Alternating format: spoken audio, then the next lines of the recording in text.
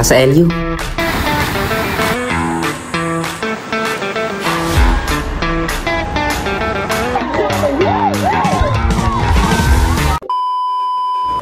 What's up mga par?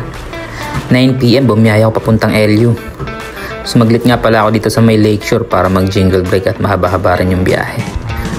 5:30 AM naman ako dumating sa Baluarte Watchtower. At yun, nakita ko yung dagat kaya hindi na ako nagdalawang isip na bumaba. Yan, nag-moment ako ng konti. Sabay unat-unat habang lumalanghap ng sariwang hangin.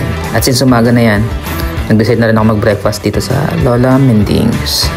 At ayun, umorder ako ng coffee americano tsaka 3 egg omelette with toast. Yun, sarap ng hikaw. At habang kumakain nga pala ako, biglang dumating si Shernan. Pa-picture daw siya. So pinagbigyan ko naman, kawawa naman. Tapos dumiretso ako dito sa may bahay na ba to. Meron nga palang 50 pesos na entrance fee dito. At ito dito sa may Pebble Beach. Yan, umaura muna ako dyan. Pogi ko talaga, sheesh. Yun, grabe, sarap ng tunog ng alon dyan. Tumagal din ako dyan, sobrang ganda ng view.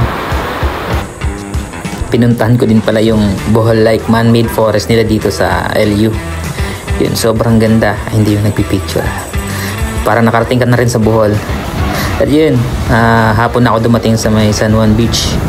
At malakas pa rin yung alon. Yun si Idol, nagpapasikat oh. Pero magaling. Next time, pagbalik ko, tatry ko din yan. Yun. Grabe. May nakita nga pala ako ditong cute na mga aso. Buti pa sila kompleto. Sana all. Yan.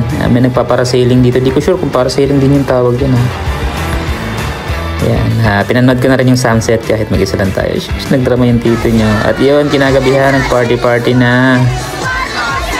Yan. Sumayaw lang ako dyan. Promise. At ayun, meron tayo nakajam na isang Latina sa LU. Grabe, tindi. Naging wild na yung ate nyo. Yun nga lang, di ko nalaman yung name niya. Sayang.